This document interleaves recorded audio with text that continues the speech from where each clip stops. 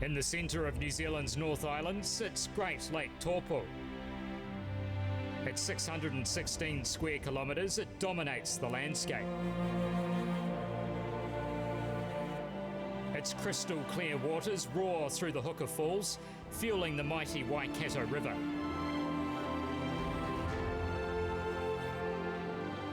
The landscape is spectacular.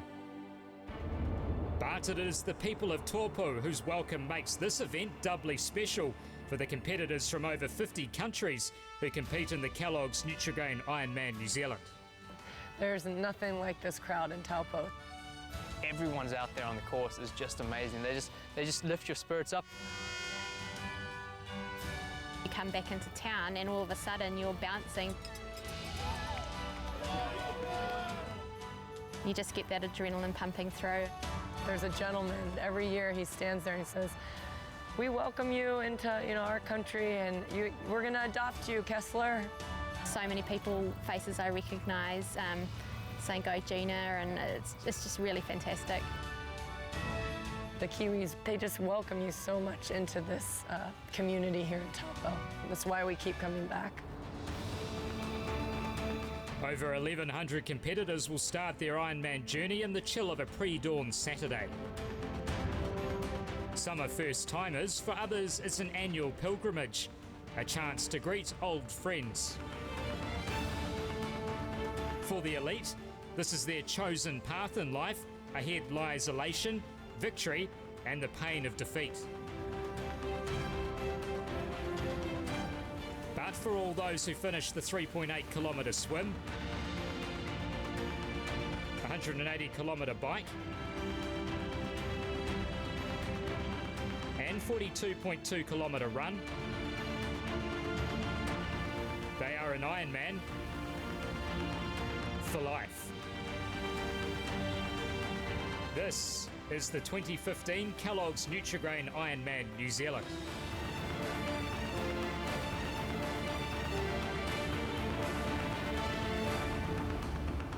It's 5:30 a.m. and already the transition is busy as over 1,100 athletes ranging in age from 18 to 82 years gather to make final checks.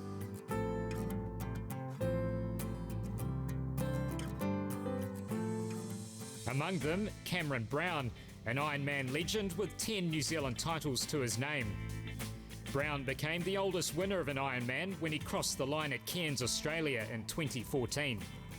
It's a race I've loved and enjoyed for sort of 17 years now, so it's another year, but looking forward to it. Pretty awesome to win 10, but I think to try and win 11 as a 42-year-old would be pretty special. Terenzo Bozzoni has conquered the 70.3 event 23 times, the most recent in Dubai just 7 days ago. But he is yet to break through to victory in Ironman. An Ironman championship or victory has definitely eluded me, and it's something I really want to tick off. But at the end of the day, for me, Ironman distance racing is probably more about getting the race right. I'm going into this weekend a little bit more confidence, a little bit more maturity. I just turned 30 last week, so I've always given Cameron Brown a little bit of grief about being old, but I feel now I'm a little bit older, I'm 30, I think probably 30 is the magic number. From Christchurch, New Zealand, Dylan McNeese has a background in ITU triathlon. He debuted the full Ironman distance just last year in Malaysia, his last event just 2 weeks ago. Definitely the first time I've done a double, I guess, but to be honest, I've pulled up better than expected and feel like there's a little bit less pressure on me. So for me, it's important just to make sure I get to the finish line in a good position, and I'll be happy with that. Andrew Yoder is starting his first Ironman. He has travelled from the American winter to experience the Taupo race. Well, this year is my first year racing Ironman distance, and I wanted my first race to be really special. The course and the history of this race has been, I think it's top notch, and there's no other race like it. So I wanted to start my Ironman career here in Taupo. In 2014, Meredith Kessler swam the 6th fastest time of all athletes and went on to set a new course record of 9 hours, 8 minutes and 6 seconds.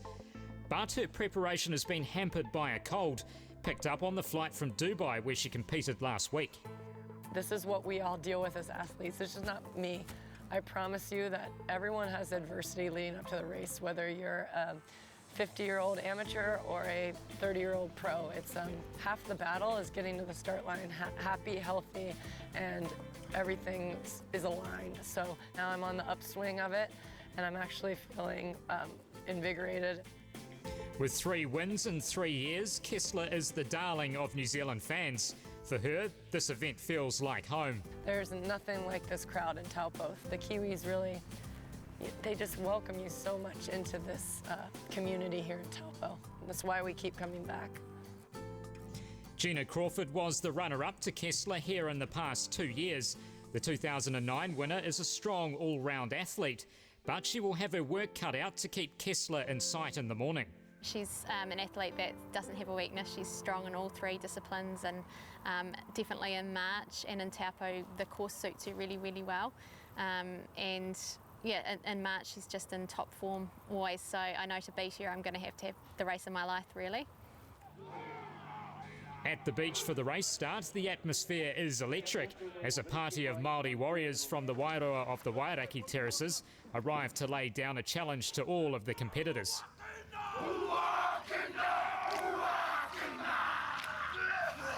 This great lake Taupo was formed 26,500 years ago with a supervolcanic eruption. The lake is taonga, a treasured thing of Ngāti Tuwharetoa.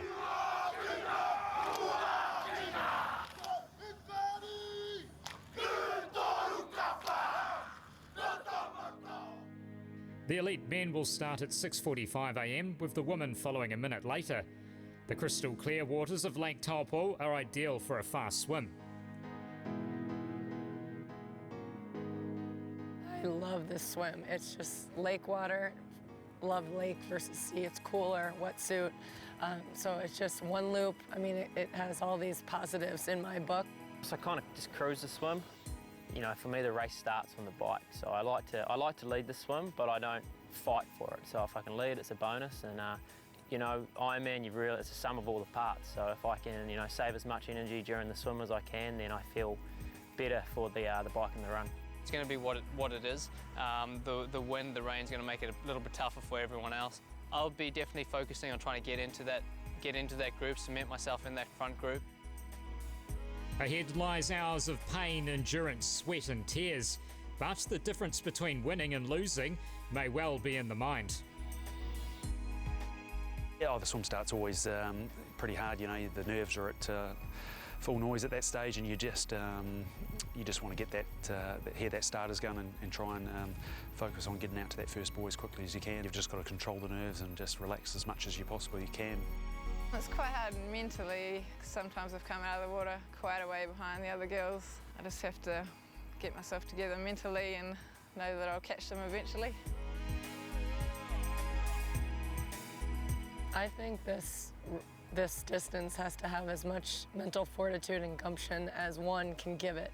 I think it's still, to this day, I've always said this, you know, this will be my 54th Ironman, and I said it at Ironman #1. I think it's 70% mental.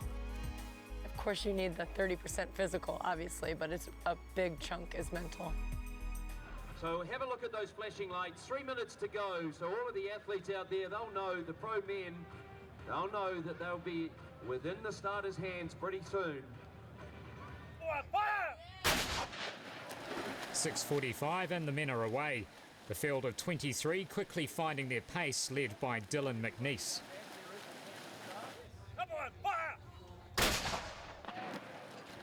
It's a small field of elite women, but Meredith Kessler is expected to lead. In fact, she will catch and pass half the elite men before the end of the race.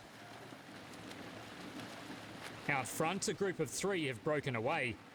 Dylan McNeice and Graham O'Grady from New Zealand, and Australian rowing double Olympian Todd Skipworth, who seems as happy in the water as he was on it. Time now for our first race tip with Terenzo Bizzoni. My number 1 tip with swimming, in the morning when you walk into the water, make sure you keep calm. Don't panic and don't let your heart rate go high. If you're a slower swimmer, you're going to want to start to the side or to the back of the bunch of people. If you get in the middle, you're going to get beaten up a bit and the faster swimmers are going to swim over you. So don't panic, start to the side or to the back and swim your own race. Back on shore, the nervous age group participants watch and wait their turn. There are many stories here, many reasons to start.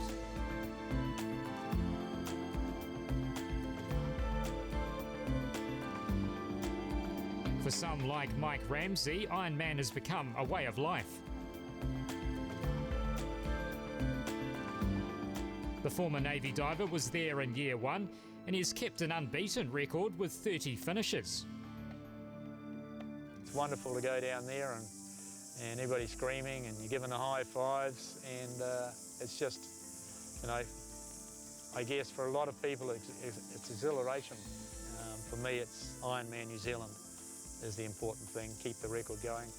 For many, this will be their first. Rochelle Gilmoni is on a journey which started with tragedy and grew to triumph. With the passing away of my husband in 2000, I was in quite a bit of shock. He died suddenly and unexpectedly of a brain hemorrhage. So I started to run. So then I sort of got a bit inspired to enter a really small duathlon with a friend, and I realised I had a bit of a competitive streak. I guess for me, what's the ultimate is the Ironman. It's the coolest, longest day out. So yeah, that's what's got me here. Whatever their story, all the competitors have a common link. The course will show mercy to no one. All will endure pain. But complete the 3.8 kilometre swim, cycle 180 kilometres and run a 42.2 marathon by midnight, and you join the special Ironman family. The mass start is as much a challenge as the swim itself.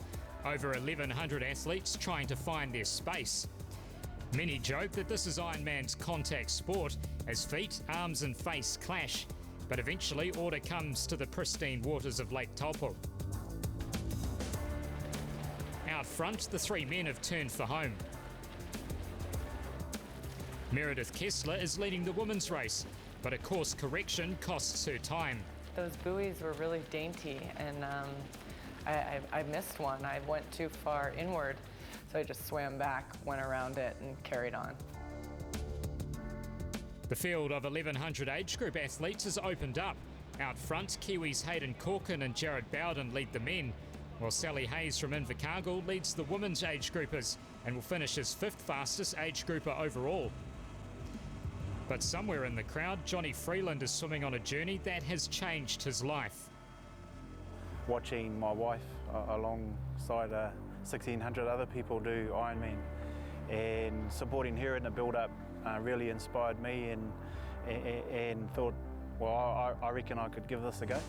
And then things really unfolded where once I got awarded the Tony Jackson Memorial Scholarship, and then I had to really do it in full finger and get the journey underway. And so I've accomplished things that this time last year I never thought I'd do. And so I'm feeling really excited to really enjoy the day.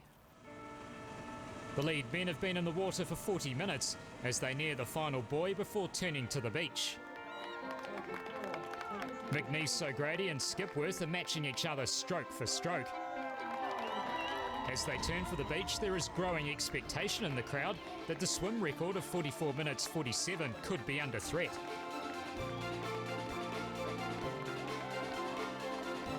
McNeese is out of the water first. He will cross the mat and set a new record of 44 minutes 25 seconds, with O'Grady and Skipworth on his heels.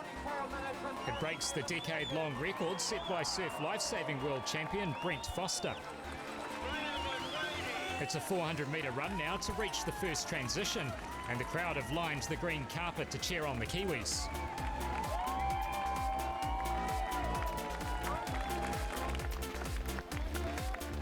Terenzo Bozzoni is one of the favourites. He and James Cotter arrive at the beach 2.5 minutes behind the leaders. Got out the water, saw the clock, 47 minutes, and I'm like, yeah, not a bad time, not a bad time. I know I've been a bit quicker in the past, but it wasn't until someone said, yeah, you're 2.5 minutes to the leaders. I'm like, oh, geez, they must have swum quick. I was doing the math in my head, 47 minus 2.5, they were under 45 minutes. And I figured that must be pretty close to the course record. Andrew Yoder has swum a strong race in his first Ironman, 6th out of the water for the American, but it wouldn't be without troubles. Turning for home now is a group of 6 men, among them #1 and 10 times winner Cameron Brown. And just 30 seconds back, the white cap of Meredith Kessler. Remember, she started a minute behind the men. Simon Cochrane leads Brown out at 50 minutes. Alex Reithmeyer, Nick Baldwin, James Bowstead and Ricky Swindale on their heels.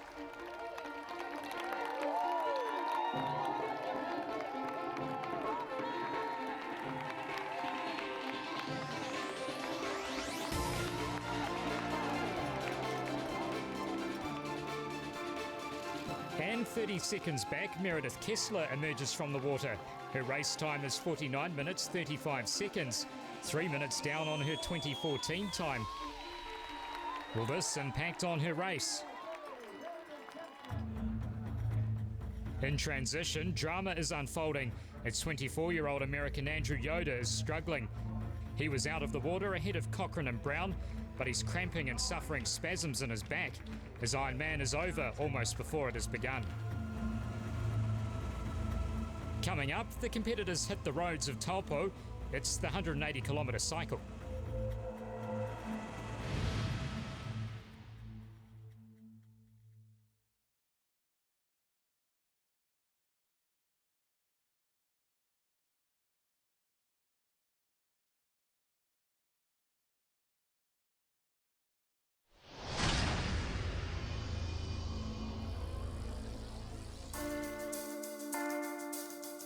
This is Kellogg's Nutrigrain Ironman New Zealand. The competitors are starting the 180-kilometre bike leg.